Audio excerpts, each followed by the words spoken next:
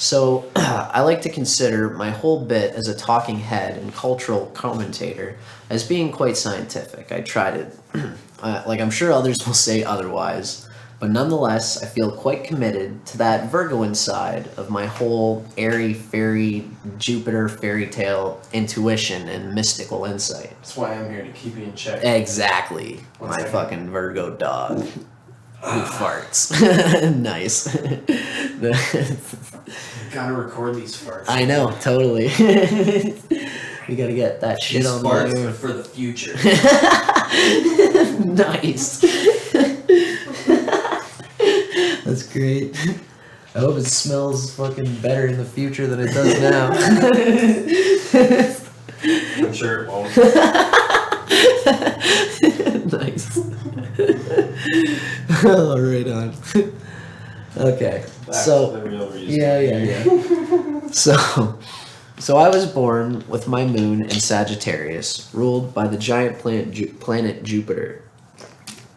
And therefore, my personal ends as a writer are aimed towards expansion, transcendence, and an often rather naive exploration of reality through language. As the astrology texts say, a Scorpio with a Jupiter-ruled moon personality, a Sagittarius moon personality, goes in where angels fear to tread. I kind of like that idea. But yet, I am well aware of the fact that if I don't ground my wild insights in a practical, understandable, and earthly, relatable fashion, then all my insight is so much pointless visionary experience, amounting to nothing in the creative reality of the physical, material world. What grounds me is the fact that while my moon is in high-flying Sagittarius, my Jupiter, which is my moon's ruler, is in earthy Virgo, ruled by Mercury. While Jupiter represents transcendent expansion, Virgo and Mercury represent sort of like the alchemical salts, the ground, the material reality, which all one's visionary work amounts to. And also that reflects eventually spiritually, etc. Jupiter in Virgo represents, my Jupiter in Virgo represents a rational, relatable, practically useful, and earthly grounded way of expressing these otherwise incomprehensible insights of mine. If I left it up to my normal moon nature, I would always just be expanding, saying, no, the universe is not like this. It could be different. It could be different. And it could always be different. But it could also be this and that.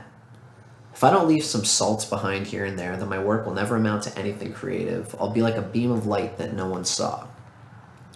I'm bringing this up because I'm about to talk about the concept of prayer, which is not exactly conducive to this sort of scientific rationalism, or at least it's not thought to be.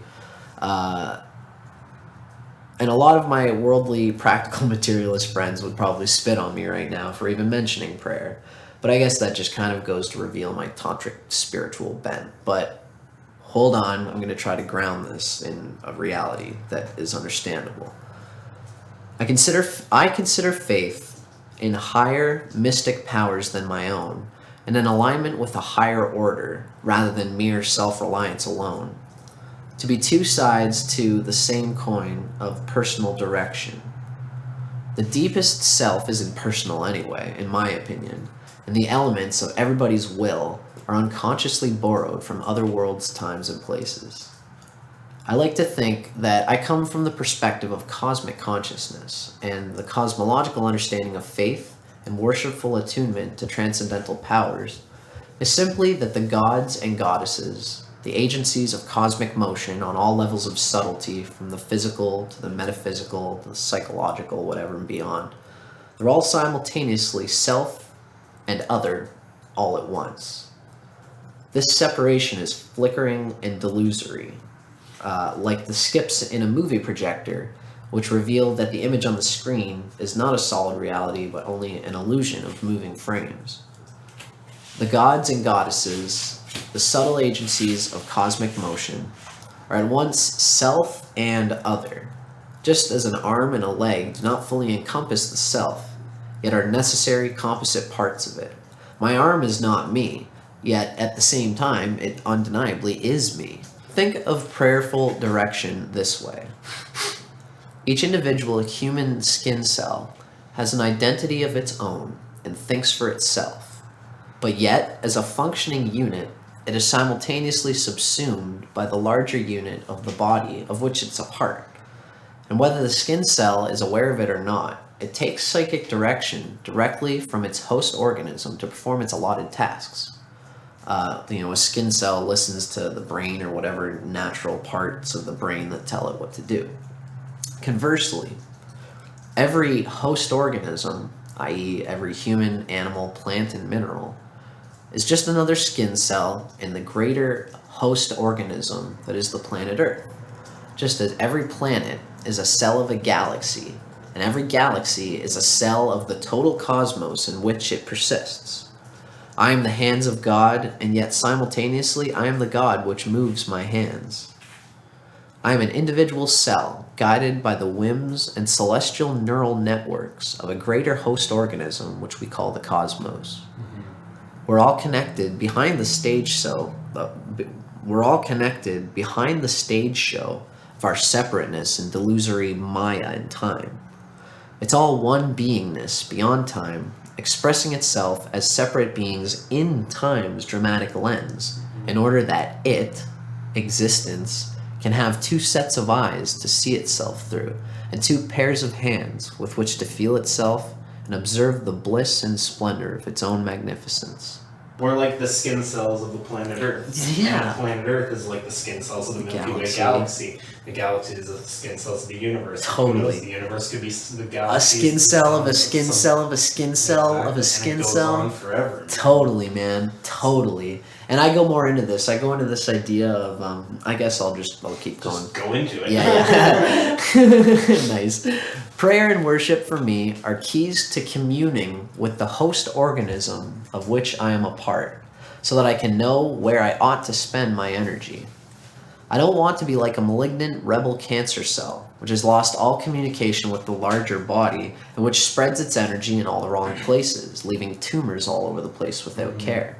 Lord knows Earth has enough tumors and garbage in its arteries right now as it is. Look at all the cities. Yeah, and landfills, fucking Like ocean.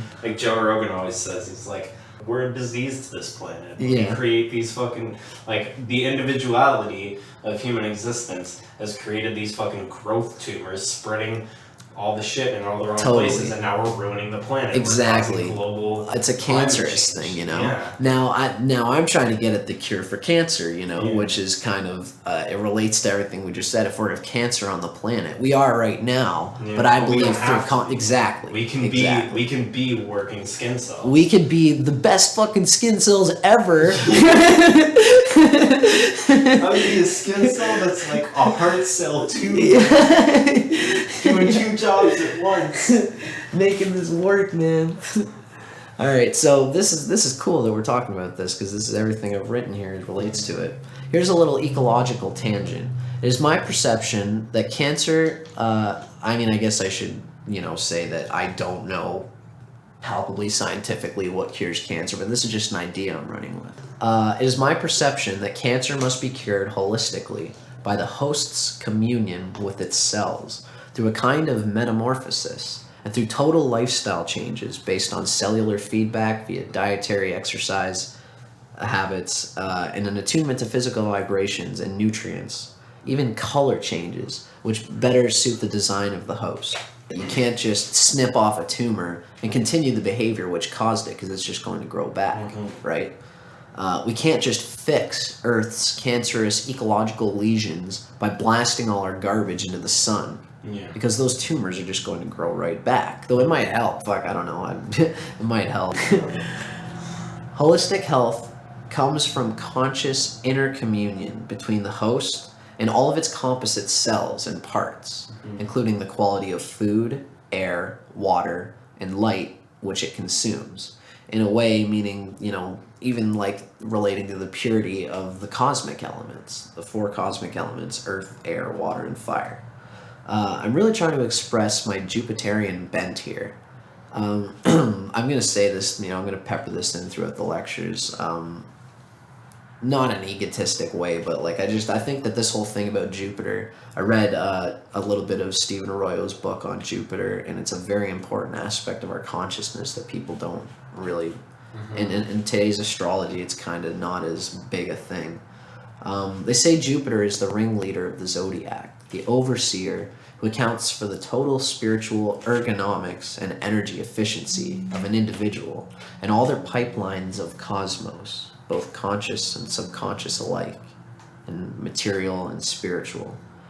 Jupiter is like the image of an alchemist for whom all the swirling chemistries and the cosmic retorts and alembics of their bodily laboratory are completely accounted for down to the last drop.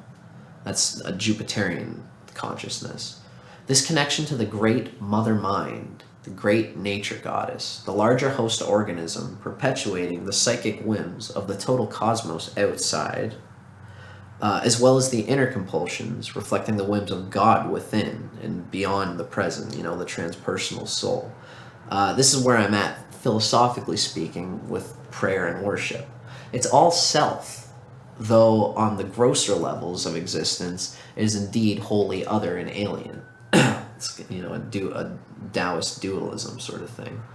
The image I'm presenting is that of the self merging with an other, which it secretly knows to be aspects of its very own self behind the scenes. In front of the camera, I'm fully giving of myself and sacrificing myself in devotion to an alien power.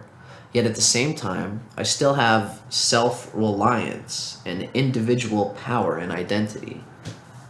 Like a skin cell, which does its own job, has its own, neurological, genetic memory when it's going through the, cells of the arteries, whatever it's got to do. But ultimately, its job is, coming through the larger organism. Its role is coming through its place in the greater design of the human body. So like I said, in front of the camera, I'm giving myself, yet at the same time, I still have self-reliance and individual power and identity, like the cell.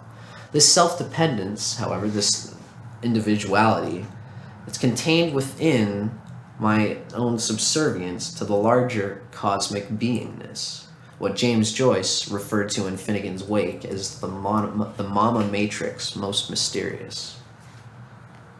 I should mention before I go on that there's a split between the mother matrix and the Holy Father that is described in Christian Gnosticism and other Gnostic religious traditions. The Holy Father relates to Atma, the self beyond time, the transpersonal spirit, whereas the mother matrix is much more of a thing which is contained within one's present incarnation in time. The whims of the father come from within, whereas the psychic whims of the mother, as I've just described, tend to come from identification, and sublimation into the greater cosmos, which exists as the universe of the body outside the eternal inner witness. That eternal inner witness being Atma.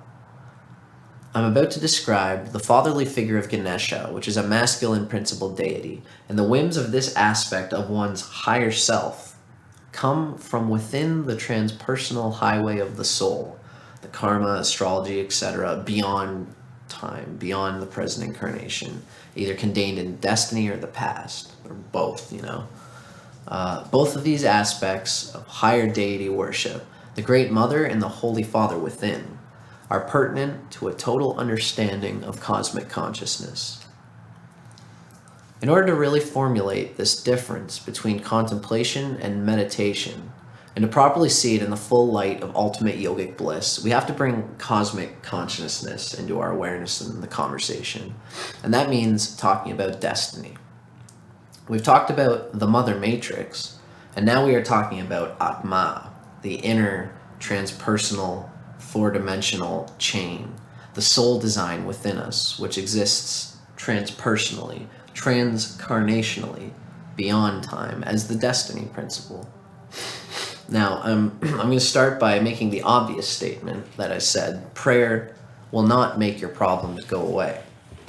People in the Orient pray to the god deity Ganesha to remove their problems because he's called the supposed lord of obstacles, and is therefore, to these more simple-minded worshippers, Ganesha is also be considered to be the remover of obstacles. But this is not a correct understanding of what Ganesha really means, or what it is in the true traditional sense. The mind warp, which people have a hard time understanding about Ganesha and personal destiny, is that the obstacles Ganesha and destiny impose upon us are actually there for good reason. Our life's many obstacles are there for us to grow as part of the greater intellectual design of cosmic purpose. The point is that you shouldn't waste time praying to Ganesha, or in the case of the Western religionists, to God, to solve all your problems for you, because he will not solve your problems for you. In fact, if you prayed to Ganesha, the supposed lord of obstacles, to absolve you of your suffering, he would probably just sigh, and then he would stare at you incredulously and say, "But you asked for this. We had a deal. This is all a part of your own personal design for soul growth. You yourself asked me, Ganesha." This is how Ganesha is considered in the myth, or the mythology of the Indian idea. Ganesha said, "You yourself asked me, Ganesha, to put this cosmic destiny in motion in order to fulfill your soul's own dharma and to clean up your limiting karmic habits." Ganesha is only an aspect of the self, by the way. The deity Ganesha strongly relates to destiny and is traditionally associated with Jupiter, for that matter. All these separate cosmic agencies of destiny are all spinning around the central orb that is your own yoga chakric transpersonal vehicle of cosmic consciousness and bliss, which is you, yourself, your soul. It's all ultimately us in the largest available perspective, really, when you think about it, as all the planets and all the subtle cosmic forces and motions that make up the play of human consciousness are all children of the Great Mother. But in terms of the individual soul, Ganesha, and karmic destiny, they can be likened to a father who sends his child to school because the child has grown out of its origins in its ancestral home and has become bored. And when the kid gets homesick from being away at school, the father benevolently persists in keeping the child at school because he knows that that's what the kid really wants, ultimately. If the kid suddenly decided that school was too tough and that he just wanted to come back home to what it's used to, he would just get bored again. To continue this example, if you, in your incarnation, committed suicide and headed back to the place of your ethereal origins due to life's painful pressures, you would just get bored again and ask God to send you back down to the school of Earth where the real growth and action are happening. Some people would just prefer to live back in the cave because that's what they've been programmed to doing. That's a brain thing. That's and the thing is that I'm reading Prometheus Rising lately. It's Robert Anton Wilson. He says that we can always reprogram our brains. Well, yeah, totally. Like, it's always possible to reprogram things. Anything, like you say all the time, anything is achievable through consciousness. Totally. Right. And I fucking believe that wholeheartedly now. Yeah. Fuck, man. Like, even a year ago, I was putting holes in the walls from fucking exploding. And now I'm able to consciously, through really thinking about it and being mindful, I've been able to work through that shit. Yeah. And I think it's even a good point to mention that if you've got that kind of energy dynamism where it makes you, like you've got this restlessness and even, fits of depression, these sorts of things, that's an active mind. That's a mobile energy consciousness. And if that is slowly, diligently, lovingly, and compassionately reprogrammed, that can be easily turn in on itself and become a dynamic machine capable of great spiritual, energetic growth. And just because, if you fall off the train once, or like, say you have a fit, you're in the process of working towards it, and then you fall off the train, like, it's not the end of the world, you can get back on. You can, like, every day is a new day, You know, you shouldn't hold yesterday against yourself.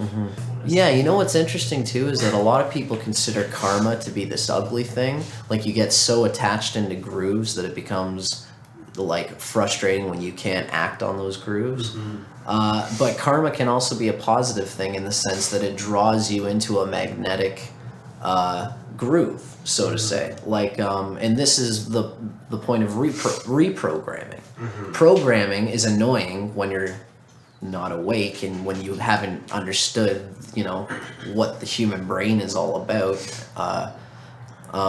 in this way, but the point is that reprogramming, while programming in that way is like a sticky residue of karma, that samskaras are like strands of groovatry, robotry that you've been programming over and over. If you've got like an addiction to sweets or like cigarettes or something like that, you're growing weeds and you're programming that into your consciousness every time that you do it, and every time that you don't do it, you are reprogramming that clock bound repetitious behavior, that subconscious behavior. Every time you catch yourself wanting it and letting go of it, becoming detached from it, you're reprogramming yourself. And the point I wanted to make is that karma can also work for us, in the sense that if you reprogramming yourself gets easier and easier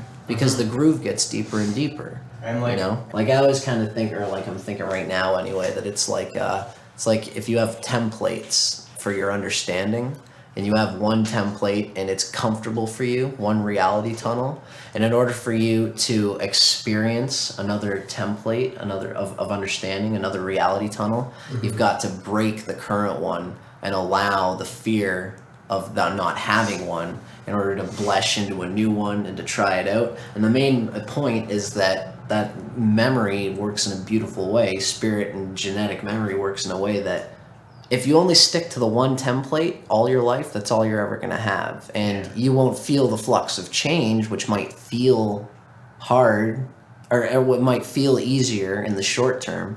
In the long term, a person who, instead of sticking to that one template, goes and does the hard work of bending into their fears and trying on the different templates of understanding, different conceptions of reality, different reality tunnels. The person who went through that struggle, that unsuredness, has now not only the first template, but also the second and the third. It's all contained. It's an exponential function.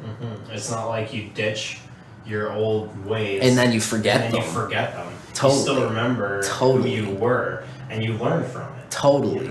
Yeah. It's like the old Buddhist simile of the monk that has to cross the river. So he gets a boat, or he makes a boat or whatever, puts it on his back, goes to the river, goes across the river, and he doesn't put the boat back on his back because it performed its function. So now he can leave it behind and go on to the next thing that he needs to do, the next template, the next form of consciousness. Now, it's awesome that we just said everything that we did, because it totally relates to everything we're saying. We're talking about Ganesha kind of has set up our destiny, which Ganesha is ourselves, our lessons that we need to learn in this life. We're talking about the school of Earth, this beautiful, miraculous, temporary school of Earth.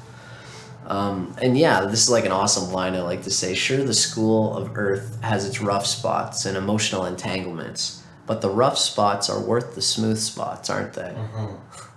Makes it all worth it, It's like the winter makes the summer so exactly beautiful. Duality, my friend. So it's just hard to see the big cosmic picture of things when you're crying over what some bully did to you, or when your little toddler girlfriend has dumped you for another kid, and your screen is full of those red splotches of worldly angst and pressure.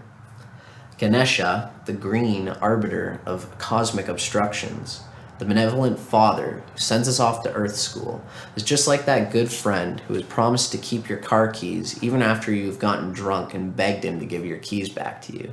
Oh, come on, man, we say, come on, walking is just so slow and painful. I just want to get home and go to sleep. Nope, sorry, I made you a promise, says Ganesha. I made you a promise that I would solidly stay as a ground for you to rub yourself against, so you would have traction on the ground, and you wouldn't float away in a drunk, purposeless ecstasy. Life's apparent problems are really just fitting your own benevolent karmic design for growth, even though your emotions are presently kicking back and clouding that eternal truth. But every worldly storm must settle. Therefore, pray not to God to solve your problems for you. Pray rather to see your problems as not being a problem.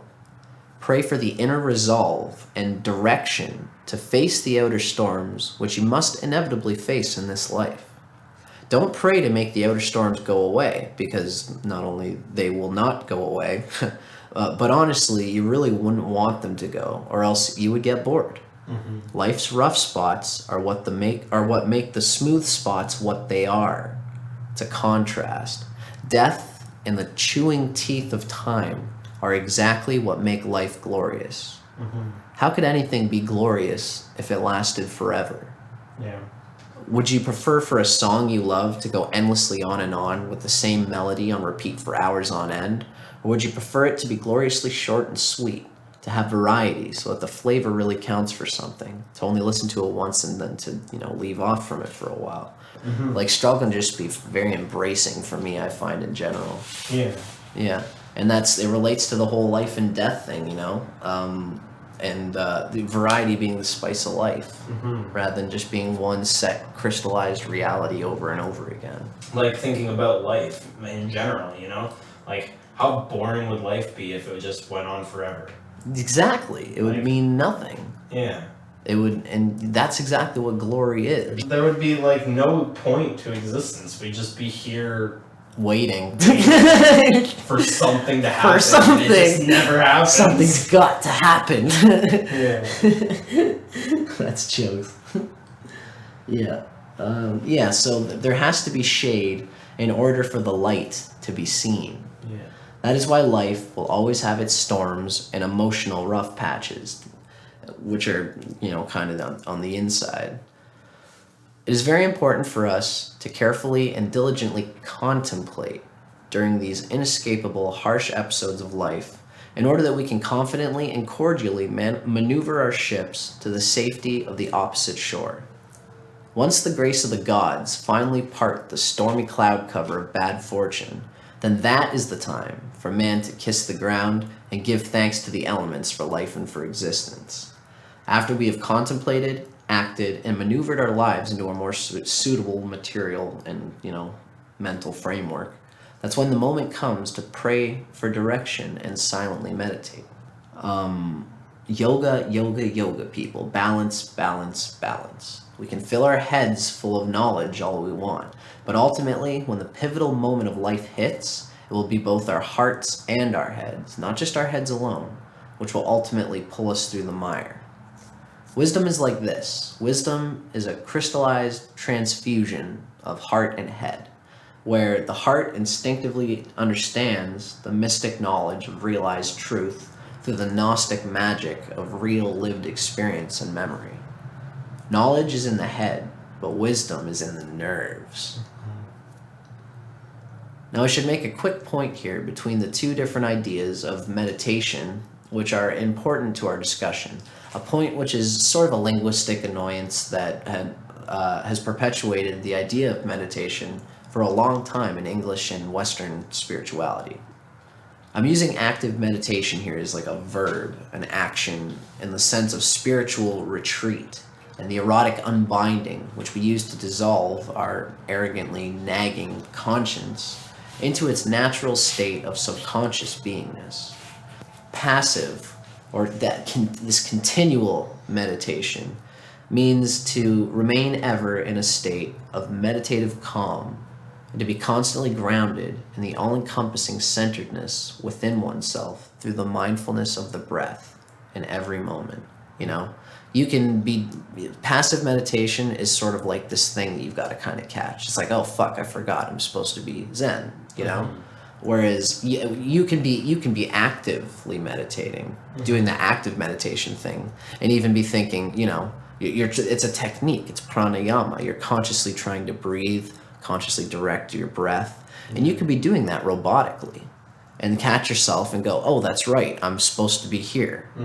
And that's the constant passive meditation, even within the active meditation. So that's the point I'm trying to make, that the difference between these two. Yeah, and if you're drifting and you feel yourself drifting and you like try to pull it's like, oh yeah, I'm trying to be mindful, and you pull yourself out of that drifting, you're never gonna get anywhere. Totally. With meditating. Yeah, because yeah. then you're doing. You're undoing. Totally, man. Yeah. That's the play, That's this subtle fine line between being here and not being here, you know what I mean? And because a large point of being here is also releasing the subconscious in that way, into that drifting, where you are taken to mental vistas which you yourself couldn't get to through your own grasping reach.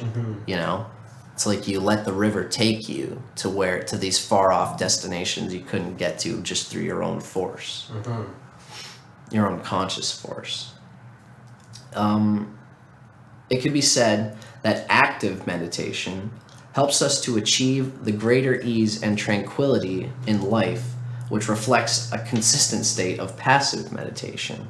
Doing the active meditation helps you, it burns it in your brain neurosomatically.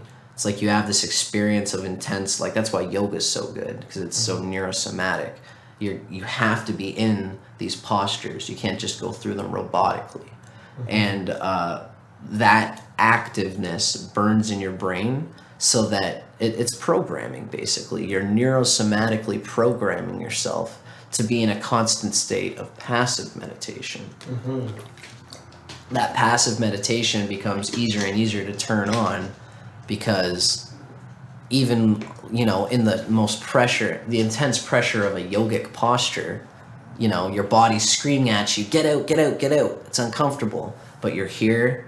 The mind is present, and you're staying within that posture. Or even any kind of tricky situation in your life, where, your girlfriend is giving you bullshit, or your parents are giving you some shit, and you want to run away and just say, forget these people. But instead of doing that, you remain here, And that sort of activeness, that active being here, my point is that brings on eventually a consistent state of being here, not just when you're trying to, but even when you're not trying to. It becomes almost like a program, Yeah. The programs aren't bad, The trick is not to get rid of your programs. The trick is to make good ones. Yeah. That's sattvic energy. Yeah. That's just, the point is not to turn rajas energy, which is rajas is like active, dynamic. It's almost like kundalini energy. But the point is not to turn that off. Like a lot of people want to numb themselves out with drugs in order to turn off this active compulsion that they have. But the point is not to do that. The point is to rewire it. Yeah. The point is to rewire it consciously towards some better idea. You don't throw away the programs.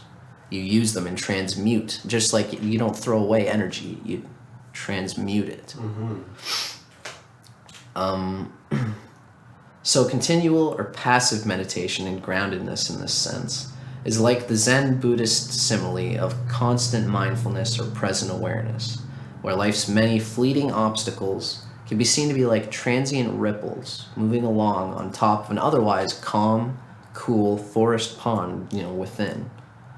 Even contemplation, from the perspective of passive meditation in this sense, it's just another worldly action. Contemplation, it's just another ripple floating above that clear, still lake of inner peace and meditation.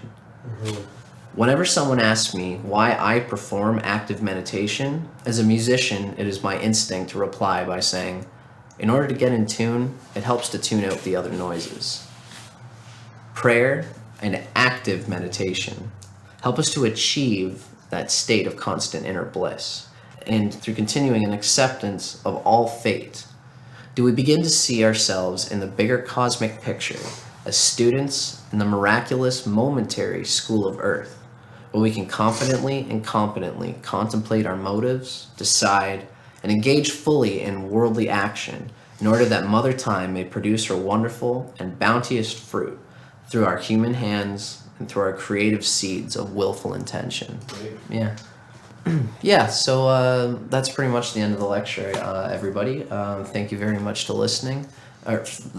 Thank you very much for listening. And that was the very first lecture ever done by Ram and Dog. We kind of been up all night having beers with our friends, and we decided to actually just come out and do this together. And it turned out wonderful, man. We've been recording since 4:30 in the morning. It is now 8:30 in the morning. Yeah. We've just been killing it, cranking it.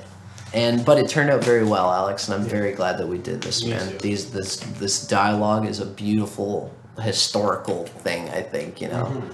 And I'm very glad that we did it. Thanks for taking the time, man. God bless your Virgo-ness for setting up the mic and everything. Well, thank you for taking the time to write this, man. Yeah. You've definitely blown my mind from just listening. Cool. Man. Thanks, man. Yeah, thank you all for listening, and namaste. Namaste. Hey, you're listening to Pluto's Corona's Cosmic Consciousness audio series, an Al Ginsberg production. We hope you enjoyed. For more laughs, spirituality, astrology, and philosophical fun, check out my YouTube channel, How to Rock Spirit, where you can find old Ram Don't forget about Dog. at our best in stoned psychedelic discourses ranging from such far-out subjects as mysticism, tantra, and even terrestrial politics to UFOs, energy matter, and the infinite mother mind of cosmic intelligence. Ginsberg here. Check out my label on Facebook at Rare Records, and check out Dustin's guitar teaching channel, How to Rock a Campfire, if you'd like to see more of us. Also, feel free to send us a message or drop us a comment. We'd love to hear from you.